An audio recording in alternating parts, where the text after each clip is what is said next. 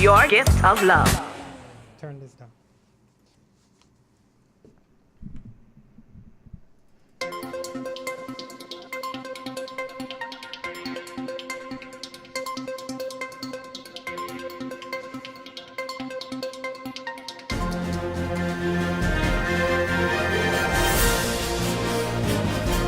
This is Pointe FM's nightly news for Monday, the 5th day of March 2018. The Electoral Commission reports a smooth process as nomination day ends in Antigua and Barbuda. The United Progressive Party launches its campaign. We'll tell you about the measures they plan to implement and what the government thinks of them. Guyana's appeal to the CCJ of the constitutional challenge to presidential term limits will be heard on March 12. And a Russian national convicted of spying for Britain is critically ill after being exposed to an unknown substance.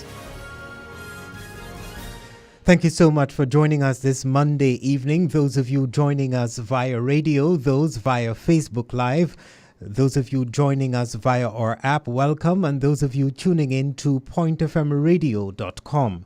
I am Phil George. Nomination day for all parties that will contest the upcoming general elections ended just about half an hour ago. At least 5 political parties are expected to field candidates. However, it is uncertain if all would have met the requirements to nominate candidates. However, for the 2 major political parties, support for their candidates was not in short supply. Political leader of the Antigua-Barbuda Labour Party and Prime Minister Gaston Brown was nominated by Calypso legend Sir Maclean King Shortshirt Emmanuel at Villa Primary School this morning. Speaking after completing the process earlier today, the Prime Minister expressed gratitude to the veteran Calypsonian for placing confidence in him. Addressing reporters, Mr. Brown reiterated that his party will retain governance and will take all 17 seats. The City West MP said should the United Progressive Party become the government, an economic collapse will be real. We're not about outlandish promises. I heard the leader of the UPP making a significant amount of outlandish promises last evening. When we costed them, they will run in the region of about $150 million. When you look at the situation in which the government is already operating in a deficit position, to reduce revenue by $150 million is literally to collapse the economy, to destroy jobs. It means that it will imperil. If they were to, let's say, win government, the unlikely even they were to win government, they will literally destroy jobs, they will destroy the economy, they will destroy government's finances, they will create a crisis in this country. The things that they promise, they're not doable. Prime Minister Brown describes the promises made by the UPP political leader last evening at the party's launch of its candidates as unrealistic and promises, he said, that can deprive the country of much needed revenue. For example, they reckon that they will reduce corporation taxes by 50%. That's about $40 million in revenue right there. They also said too that they will take steps to reduce the cost of living significantly. If you suggest that maybe they reduce it by about 20%, we do about $500 million a year. You can do the math. That's $100 million. Where are they going to get the money from? Governments do not control these food prices. I mean, if you widen the basket of goods to increase all goods and you put all them on the price control, where the profits going to come from for supermarket operators? So it even has implications in businesses, but they have not thought of these initiatives. When they say, for example, that they will reduce the licensing fees for vehicles by 50%, you're talking about bankrupting the Transport Board, and we'll have to send them at least half the staff. When you talk about reducing the fuel variation charge by 25%, you'll bankrupt APU again, and you'll have to send them at least half the staff. That's Prime Minister Brown this morning. In the background, the voices of children at the Villa Primary School. Mr. Brown says his party's plans and programs are clearly articulated and his government will continue to advance the country as it has been doing for the last 3.5 years. The Antigua and Barbuda Electoral Commission is reporting a smooth nomination day in Antigua and Barbuda. ABEC's Public Relations Officer Elissa Graham says from all indications, the day has been free of incidents and delays. She told our newsroom while it is yet too early to determine whether all parties completed the process, for ABEC's part, all officers were in place for the 8 a.m. opening of venues.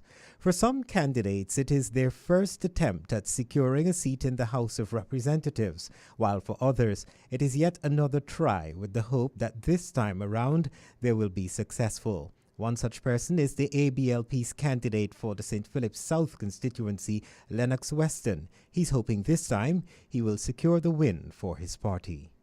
After Ruben Harris, we have not had a very solid representative in this area, and I intend now to take over representation of this area, and not, along with my financial work in the government, also now engage in regional development and demonstrate how regional development economics can be applied to this region.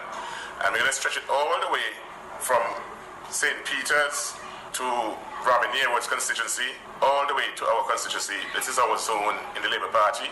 We're going to have a unified development approach for this region. And I'm really excited. The first step, we continue to ask the people to stand firm with Western. We're going to win this one. We're going to win this one for your children and for yourself. For the United Progressive Party, the majority of its candidates are newcomers, but for their leader, Harold Lovell, it is a greater task. He will be seeking to hopefully regain control of the seat he lost in 2014 to the ABLP's Melford Nicholas. Lovell had to settle for a seat on his party's side in the Senate. He'll be hoping his fortunes will turn around and he will not only win his seat but lead his party to victory. The UPP political leader was nominated at Princess Margaret School this morning. I'm confident that the constituents have decided that I should be returned, and that is based on the feedback that I'm getting at the doorsteps. When you run in a constituency, you are going man to man, mano a mano. So it's just a matter of who is the better candidate on the day. But as leader, obviously, I would like to have the opportunity to not only represent the constituency, but to bring to the politics of Antigua and Barbuda my vision and the vision of the United Progressive Party, where we believe that we must take politics to another level, and I'm committed to doing that. The high cost of living, employment creation, and crime are what Mr. Lovell says his party plans to tackle with urgency should they be elected to office. The Democratic National Alliance, for their part, has emerged since its creation following the expulsion of its leader, Joan Messiah, from the United Progressive Party. The party also participated in today's nomination, where 13 of its candidates are expected to contest the general election. It was an interesting day, but, to God be the glory, and all things have gone well. And so we look forward to the next step. There were some issues associated with a few of the candidates, certainly nothing of their own making in any direct way. But you know what? We're happy that we are standing firm and standing ready and certainly poised to participate in the next election, and we're going to do it in a vigorous way, in order to bring the victory to the people. That's the political leader of the Democratic National Alliance, DNA, Joan Messiah. The United Progressive Party unveiled its candidates and officially launched its campaign last evening during a rally at the Rising Star grounds.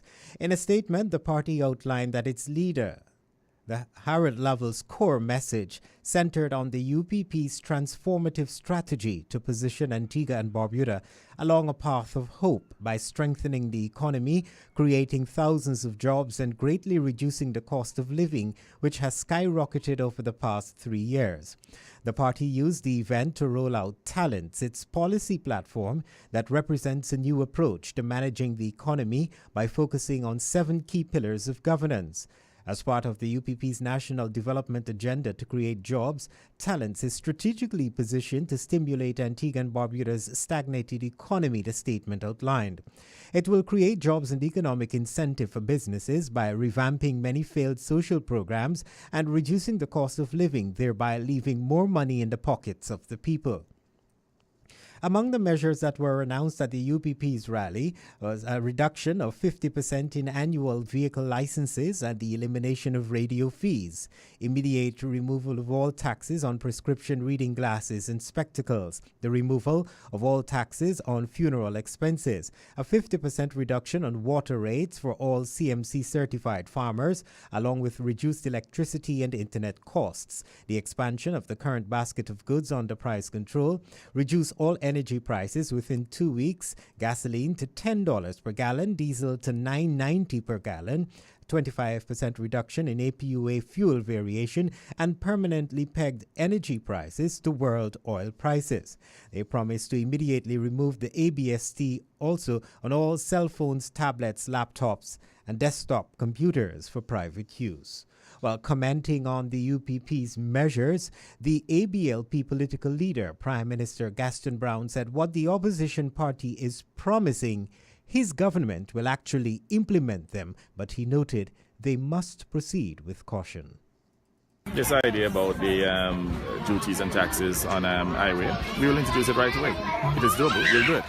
They say, for example, that they will give farmers, reduce the water rates for farmers. We will do so right away because that is part of our plan. That is why we have this third reverse osmosis plant that will be installed in this year, specifically for that purpose. But since they promised it, we are already in government, we will do it because it's part of our plan. Even though it's not in our manifesto, we have said that we'll get a third one, so that will give us the opportunity to reduce the price for water for farmers. So I'm giving an undertaking now that we'll do it right now. We'll accelerate it. They speak about, for example, reducing ABST or eliminating ABST for funerals. That is something that we've been doing, but we have capped it. I mean, those who have the expensive caskets and so on, if they can afford to buy caskets, you should be able to pay the ABST. So what we will do too, we will make a statement when we meet in Cabinet this Wednesday. We'll formalize them and make them full policy. But we have been doing them. We have been giving ABST relief to people. But since they have them as manifesto promises, then we make sure that they are properly documented as policy initiatives that are effective immediately. That's Prime Minister Gaston Brown. An eminent Antiguan Queen's Council has weighed in on the Electoral Commission's decision to have Barbudans cast their ballots in Antigua on March 21st, Election Day. ABEC Chairman Nathaniel James said consultations were held with key stakeholders before the agreement was reached. But a number of Barbudans have taken issue with the Electoral Commission's decision and have since mounted a challenge in the High Court against it. Sir Gerald Watt, appearing on state television on Sunday, shared his thoughts on the matter from a legal perspective. He opined there is no doubt ABEC is within its legal rights to have Barbudans vote on the mainland. I think that the claim that's filed is doomed to failure and is a non-starter. And I'll tell you why. For them to succeed, if you look at Section 35(1)(b), which is what ABEC is saying, each electoral division shall, in the absence of special circumstances, be a separate polling district. The polling place for any polling district shall be in an area in that district, except where special circumstances make it desirable. That's not a very high standard, just desirable to designate an area wholly or partly outside the polling district. Forget about small enough and so on. Now, can any reasonable, sane, I'm not saying that Mr. Walker, I'm not saying, but any sane person seriously think that special circumstances would not apply in this serious situation in Barbuda? Can any reasonable person come to that conclusion unless they look into political lens? The former ABEC chairman believes the court will not side with those who are challenging the decision as the circumstances are clear under which it was made. If you read this honestly, then you have to agree that it is desirable to designate the area. The argument that I heard the lawyer himself say, so I'm not quoting hearsay, is that, well, yes, but you see, you can do it. You can move it to an area, but it must be an area in that constituency. Well, he's quite wrong, because it says wholly or partly outside. And he's further wrong, and this is what happens when you rush and file documents without, so clear, really looking at the whole situation. Right. Barbuda only has one district. So what district within the constituency are you going to move it in? So they're bound to fail on that. That's Queen's Counsel Sir Gerald Watt. The matter has reportedly been heard, but the outcome is yet to be determined. The head of the National Office of Disaster Service is warning citizens and residents against venturing into the sea as the island experiences unusual sea conditions. Climatologist Dale Destin, writing on his blog, detailed that a gigantic low-pressure system nicknamed Windmageddon, due to widespread damage and power outages it caused across the northeastern United States, has caused Swellmageddon because the low-pressure area will cause enormous, dangerous and destructive sea swells that will wreak havoc on the shorelines of Antigua and Barbuda and much of the Caribbean. From Guyana to Trinidad and Tobago and in between islands have witnessed strong waves that have caused damage in some parts. NOD's director Fillmore Mullin says persons should stay clear of the sea. The general public needs to be aware that seas behaving this way is extremely dangerous. It doesn't matter how great a swimmer you are, and to get caught up in the undercurrent, then you could end up in serious trouble or worse. And so we have to continue to heed the warnings that have been put out by the Met Office, desist from going to the beach at this, and avoid coming in contact, direct contact with the waves. Those who live in the round south area, where the water sometimes splash over the road, if you cannot see the road, then you should avoid trying to drive through any waters that have been deposited on the surface of the earth. You can't see it. It's possible that the road could have been washed out and you're not seeing it because there's water. And so we'll advise motorists to be very, very careful. And when in doubt, err on the side of caution. Mr. Mullin stated, though it is unusual, Antigua has witnessed such conditions before. It's unusual because it doesn't happen every year. However, reached back about 7 or 8 years ago, we had a similar type of activity. It wasn't as bad, but it was significant enough for us to monitor the activities similarly to what is going on now, and it was around the same time. The coastal area is of concern to us, especially where you have development close to the coastline, and especially things like hard infrastructure like roads, because those are very susceptible to this type of activity. We are concerned in the Barbuda Darkwood area. That's an area that is vulnerable to this type of activity, and it has borne out in terms of the impact thus far. My understanding is that today we will see the peak activities. It will continue to be rough, but it will taper off as the days go by, so we'll continue to monitor that. That's the director of the National Office of Disaster Services, Fillmore Mullin. That's a look at national developments this Monday evening. The time is 10 minutes on 7 o'clock. Stay tuned. More news to come from across the region and around the world.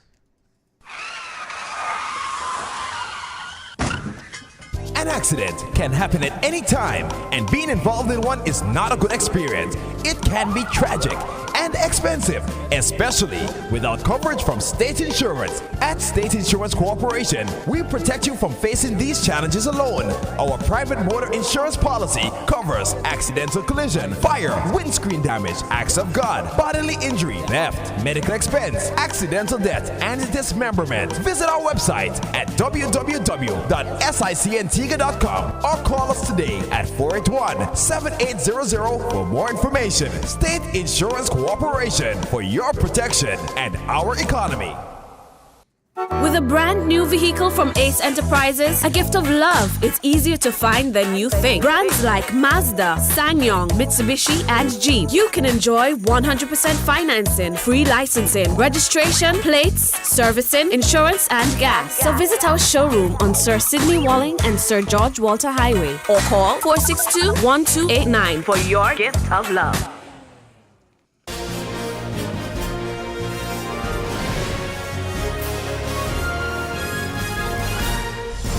Thank you so much for staying with us. This is the Monday edition of Point FM's Nightly News, 5th March 2018. The Electoral Commission is reporting a smooth process as nomination day ends in Antigua and Barbuda, and the United Progressive Party launches its campaign and Roll Out Talents, its policy platform that represents a new approach to managing the economy. Turning now to developments from across the region, the hearing of the Guyana government's appeal of the constitutional challenge to presidential term limits case has been set for 10 hours on March 12 and will be done via audio-visual recording at the Trinidad-based Caribbean Court of Justice. Former Speaker Raphael Trotman and Attorney General Basil Williams were the named respondents in the original constitutional challenge, which was filed by Georgetown resident Cedric Richardson in the High Court. The court action, among other things, challenged the constitutionally of the National Assembly sanctioned two-term limits on the presidency. Guyana's Court of Appeal ruled in February 2017 that the constitutional amendments by Parliament to limit the amount of times a person can serve as president were unconstitutional. During that February decision, then acting Chancellor of the Judiciary Justice Carl Singh was supported by Justice of Appeal B.S. Roy in upholding then acting Chief Justice Ian Chang's decision that the amendments were unconstitutional. The decision, which the appellate justice upheld, signaled that an amendment to the Constitution on presidential term limits, which was enacted when the National Assembly altered Article 90 via a two-thirds vote in 2000, needs a referendum to make a final decision. The enactment was recommended by an across-the-board Constitutional Reform Committee of 2000-2001. The committee included both government and opposition input, and the reform received bipartisan support. Many observers contend that if the CCJ rules in favor of former Chief Justice Chang's original ruling, it would allow for former head of state Barrett Jagdeo to run on the People's Progressive Party civic ticket as presidential candidate for the 2020 elections. Despite that scenario, the party is seemingly undecided on who will be their presidential candidate for next elections. Jagdeo, who now serves as opposition leader, had in fact told the press that he is more interested in building his party's base than being bothered by an ongoing court matter. Dominica says it will soon sign an agreement with Cuba for 100 skilled workers, including engineers, as it also urged nationals living overseas with such skills to return and assist in the reconstruction of the hurricane-battered island. Prime Minister Roosevelt Skerritt said that 5 months after Hurricane Maria tore through the island, killing at least 30 people and causing widespread damage, there was still the need for skilled workers to help homeowners put a roof over their heads. He said they are finalizing an agreement with the government of Cuba where they will be bringing in 100 skilled men and women into Dominica to help fix the homes and reconstruct the country, hoping that the agreement would have been signed today. The Dominican Prime Minister noted they are working on the transportation of the people into Dominica, adding they will be having some engineers as part of the team and also highly skilled people, and also about 30 or so electricians to help with the rewiring of homes across Dominica. Mr. Skerritt is urging nationals with various skills residing overseas to assist, adding that many contractors have said to the government that they are experiencing challenges recruiting skilled workers. Skerritt said he has met with some Dominicans residing in the United States who have returned home to assist. No tsunami alerts have been issued for Barbados. The assurance has come from Director of the Department of Emergency Management, Kerry Hines, and the Director of the Barbados Meteorological Services, Sonia Nurse, in the wake of a circulating WhatsApp message stating that Barbados was among over 30 countries on the tsunami alert following a 7.9 magnitude earthquake in Costa Rica. Nurse indicated that on Friday, March 2nd, the Met Office issued a high surf advisory and small craft warning for Barbados, which is valid until Wednesday, March 7. However, she stressed that it did not signify a tsunami threat. She also emphasized that tsunami warnings issued by the Barbados Met Office would not be transferred to the public via WhatsApp, but through official sources, including the Barbados Government Information Service. Hines explained that the Met Office was Barbados's tsunami warning focal point and was responsible for receiving and issuing official tsunami information from the Seismic Research Center and the Pacific Tsunami Warning Center. The DEM director urged members of the public to ensure that information on hazards, alerts, and warnings was received from official sources. She also reminded persons that while there was no way of knowing if or when an earthquake will occur, they should know the natural warning signs of a tsunami. March is recognized as Tsunami and Earthquake Smart Month in Barbados, and the theme for this year's activities is Road to Tsunami Recognition. In developments now on the international scene, the BBC is reporting a man who is critically ill after being exposed to an unknown substance in Wiltshire is a Russian national convicted of spying for Britain. He and a woman, 33, were found unconscious on a bench at a shopping centre in Salisbury on Sunday afternoon. Here's more in this report. Sergei Skripal was a colonel in Russian intelligence until he was arrested in 2004 and 2 years later sentenced to 13 years in prison. The allegation was that he'd been spying for MI6 and passing secrets to British intelligence. But 4 years into that sentence, in July 2010, he was released. A group of 10 Russian spies living undercover in America had been arrested by the FBI. The Russians agreed to swap them for 4 individuals serving time in Russian prison. One of them was Sergei Skripal. After the swap at Vienna airport, he came to Britain and has kept a low profile for the last 8 years. Several southern African states have banned processed meat from South Africa after it said it had identified the source of a food poisoning outbreak. The government blamed the sausage known as polony for the listeria poisoning that has killed 180 people. It advised people not to eat any processed meat. It ordered a recall of the product, prompting shops to clear their shelves. Namibia, Mozambique, Malawi, Botswana, and Zambia followed suit, all ordering a recall or suspending imports. The Mozambican Ministry of Agriculture and Food Security asks that all owners of establishments that commercialize the product start to withdraw from the shelves due to the danger that it constitutes to health.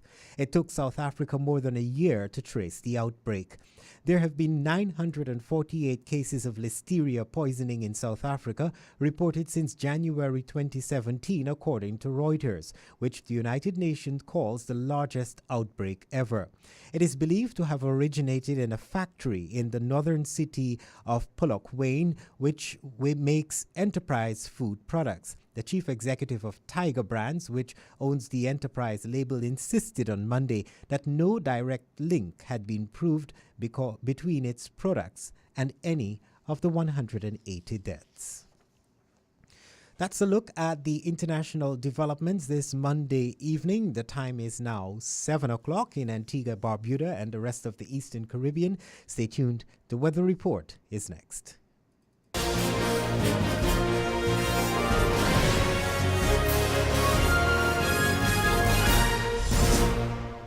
The forecast for Antigua and the Barbuda valid up to 8 p.m. tomorrow Tuesday, the 6th of March 2018. A deep layered frost system is the dominant feature, generating dangerous sea conditions across the area. Skies tonight will be fair to partly cloudy with a 20% or slight chance of showers. For tomorrow, conditions will be partly cloudy, becoming cloudy at times with a 50% or moderate chance of showers. The winds will blow between the northwest and north between 5 and 12 knots, or 9 to 22 kilometers per hour. Sea conditions are moderate to rough with heights of 3.7 to 4.0 0 meters, or approximately 12 to 13 feet. Warnings for mariners and sea bases remain firmly in place. So far for the month, rainfall total at the V.C. Bird International Airport is 8.1 millimeters, or 32 parts of an inch. Today's high temperature was 30 degrees Celsius, or 86 degrees Fahrenheit, and the expected low temperature for tonight, 21 degrees Celsius, or 70 degrees Fahrenheit. Sunrise for tomorrow morning, 6:21, and the sunset is at 6:15. Here ends the forecast. And so we end Point FM's nightly news for Monday, the 5th day of March 2018. Just before we go, a recap of the headlines that made the news.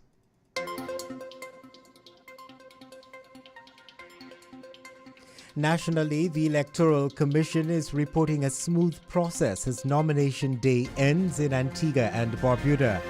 The United Progressive Party launches its campaign. The party used the event last evening to roll out Talents, its policy platform that represents a new approach to managing the economy by focusing on 7 key pillars of governance.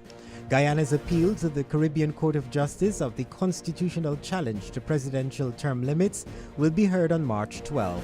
And a Russian national convicted of spying for Britain is critically ill after being exposed to an unknown substance. Thank you so much for joining us on this Monday edition. On behalf of all of us here at Point FM Radio, I am Phil George, wishing you a pleasant rest of the evening. Be sure to join me again tomorrow. Goodbye.